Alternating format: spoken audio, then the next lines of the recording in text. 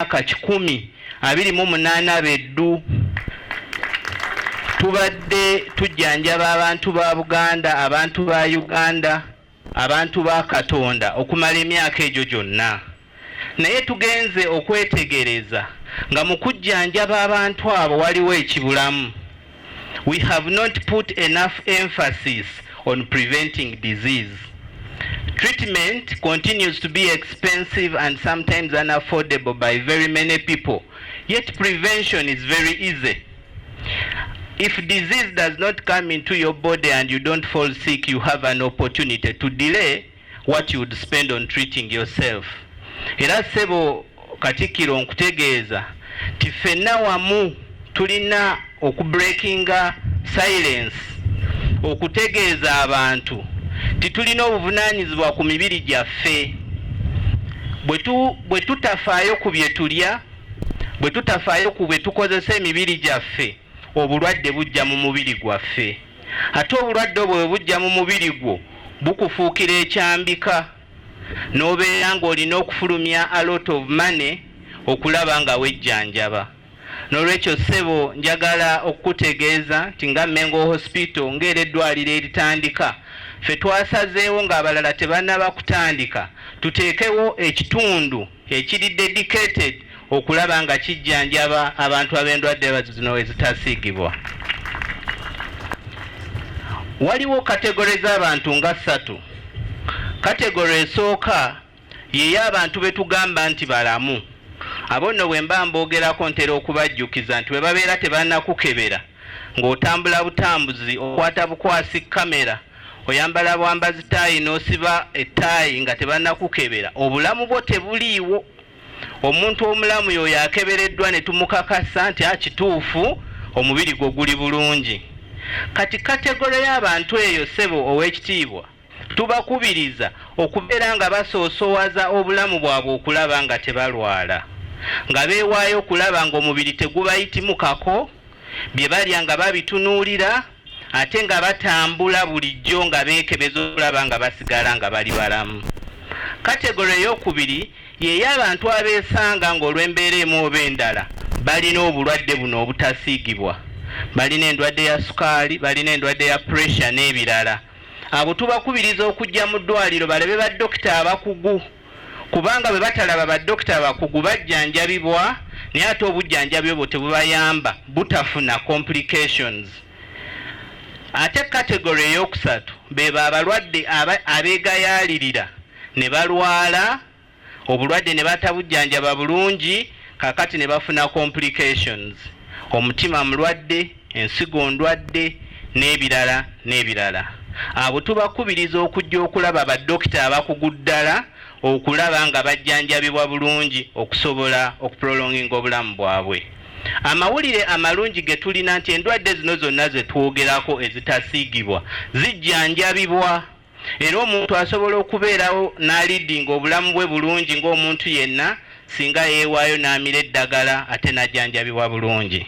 Ssebo Katikkiro, bw'onaabanga otuyambye n'oyongera eddoboozi ly'okulyaffe, abantu baffe tubategeeze nti eddagala erimu eritundibwa teriwonya sukaali. Babalimbye nnyo ne babagamba bw'onywa lino eddagala sukaali ajja kuwona, ne babagamba bw'onywa kano akajaani pressure ejja kuwona. Obulwadde buno okunoonyereza mu nsi yonna kulaga nti tebuwona, era abantu abagamba abantu baffe nti sukaali ne pressure biwona babawabya. Wadde eddagala eryo erimu liyambako okubusitinga immunity n'obunywevu bw'omubiri gwo, tekitegeeza tiliba lijjanjabye era liggyeewo obulwadde. Tusanga nga bava ku ddagala ne bakozesa ebirala ate ne babeerabi. Basebo ne bannya people living with non-communicable diseases.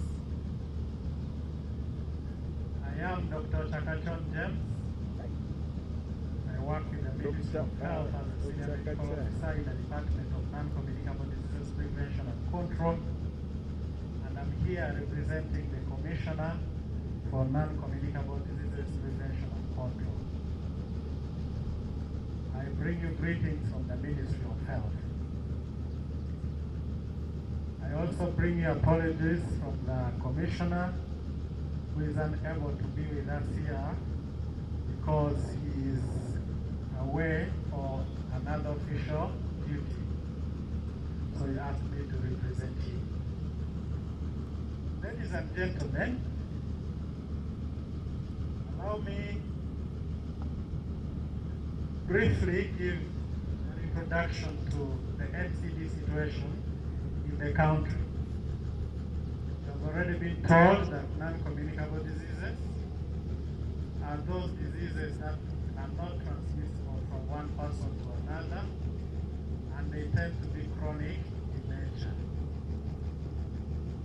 As you may be aware, we also have communicable diseases such as malaria, HIV, that are transmissible from one person to another.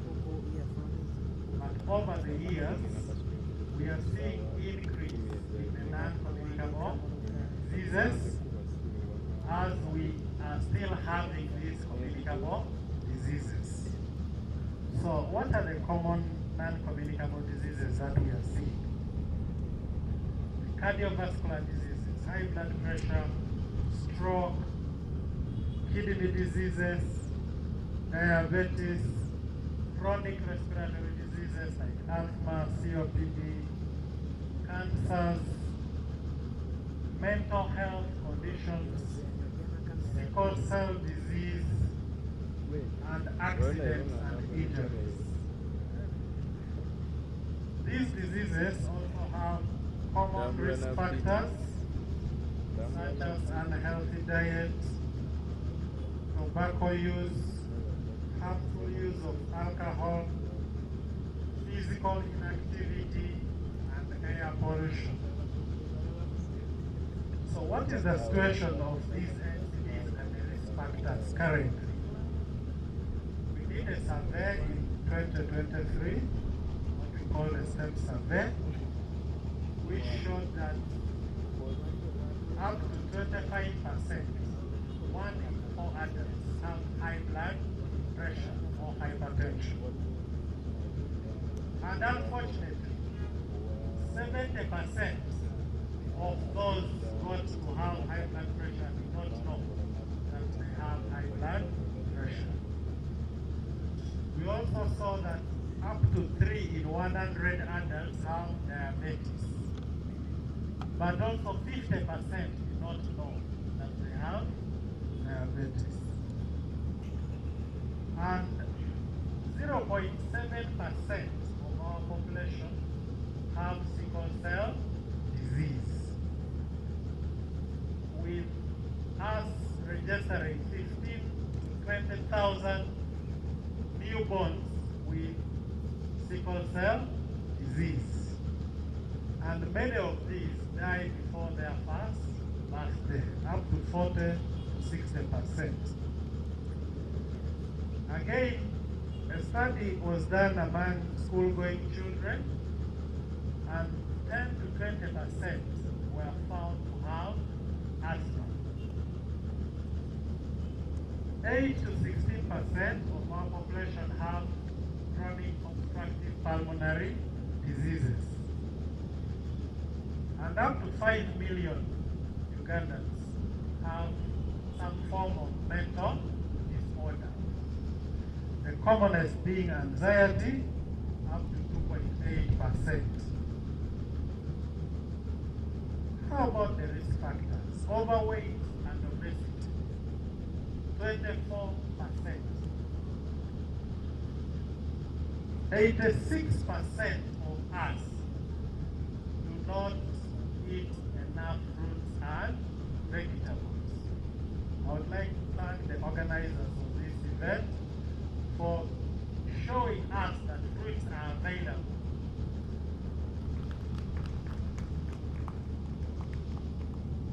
Also, most of us consume high amounts of salt. It is recommended that daily. Era kakati tumanyi ebivaako endwadde zino ezitatulira. Okutulira kwe kusiiga, naye olwo Oluganda abawa ne MENGO mu ddwaliro baba balumanyi.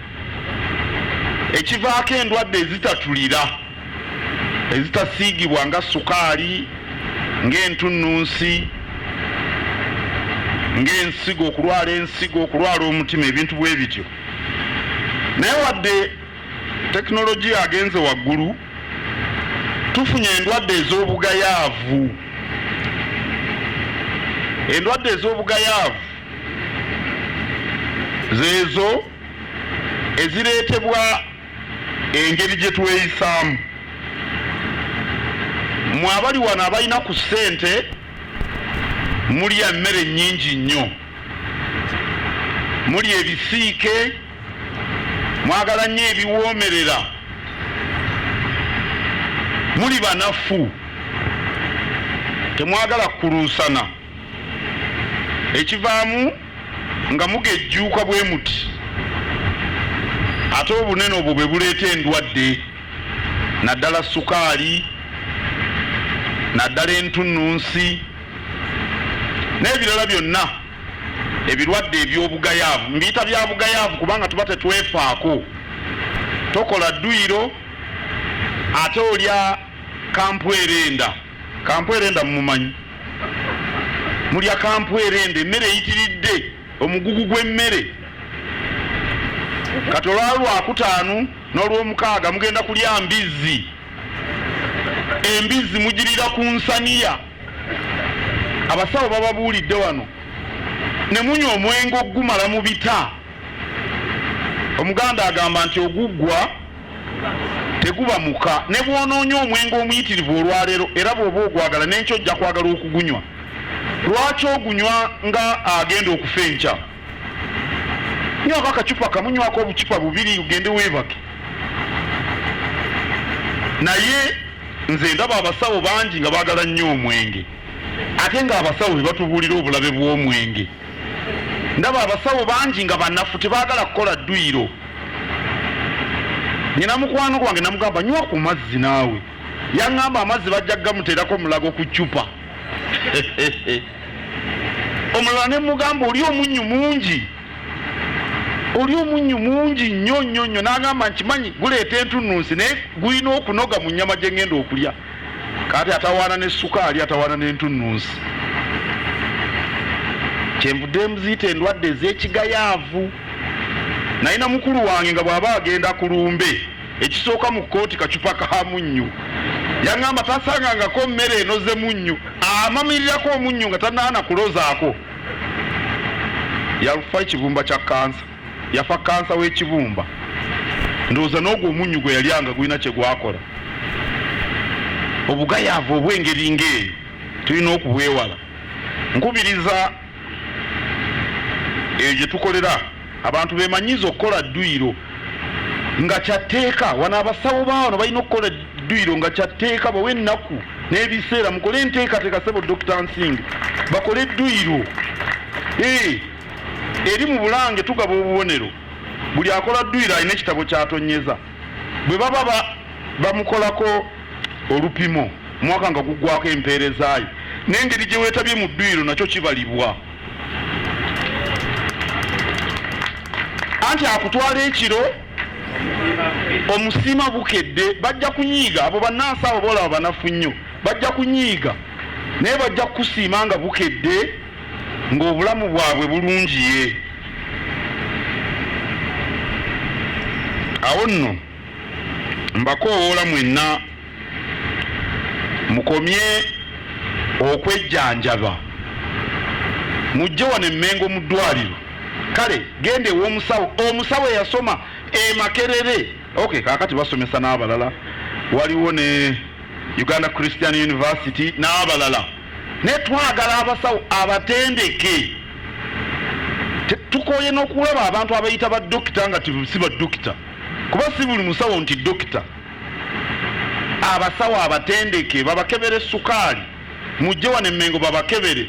Mulekeraawo okwejjanjabira ku mitimbagano. Emitimbagano gibalimba. Omutimbagano tegwogera naawe, tegukutunuulira. Ate bwe bakuwa empeke eza sukaali ate olisize bamuwa. Naye gwe omutimbagano gukuwa olukoloddoli lw'empeke. N'ogenda n'obimira ssaawa 8 nga tugenda mu bumwanyi nga tuyimba nti fuba fuba eggulu y'empeera.